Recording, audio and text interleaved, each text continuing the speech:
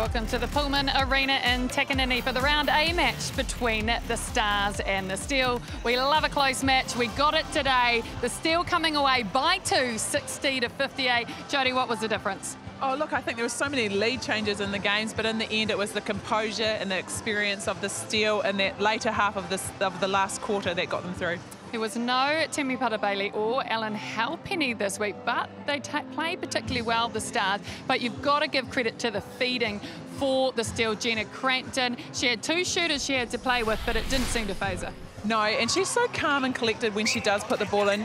To her credit, she turns fully fast, and her first option is always in the circle to one of her shooters. Sometimes you can see her waiting, willing them to get free, but she's patient with the ball. She's also got those nice touches into Tapaya Selby-Rickett, Jen O'Connell and Lenice Popgeter in that second half of the game. Yeah, Lenice definitely had an impact when she came on. Another player with impact, Charlie Hodges. She played well last week. She's backed it up again this week in the absence of Ellen Halpenny. She has, and she started off well. She often took a third feeder role in this game, but she put the shots up when she needed to. 19 from 24, sitting at a healthy percentage of 79%, but she was the go-to girl when 2 packed back on Maya Wilson. She took the ball strongly, she fed nicely, and she also had some nice little touches, shooter-to-shooter touches, bringing the defence out and popping it nicely to Maya Wilson, so really strong game from her. And a strong game from Maya as well. She's been quiet in the last 2 weeks. She stood up today, back to what we're used to seeing her shooting, a number of attempts, but she was challenged, and she was challenged by the captain of the Seal, Tahuinga Selby-Rickett.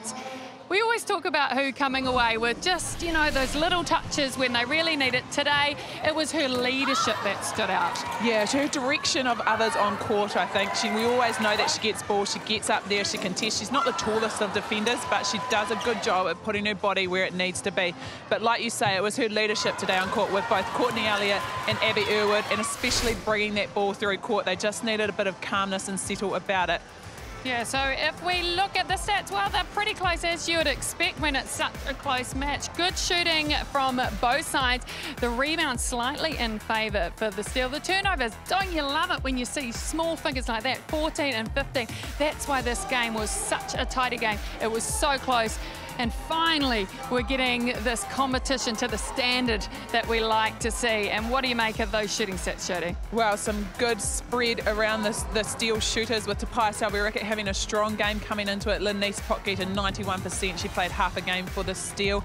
And like I said, Charlie Hodges playing that feeding role, but also putting the shots up when we needed. And nice, healthy percentage from both Maya and Charlie.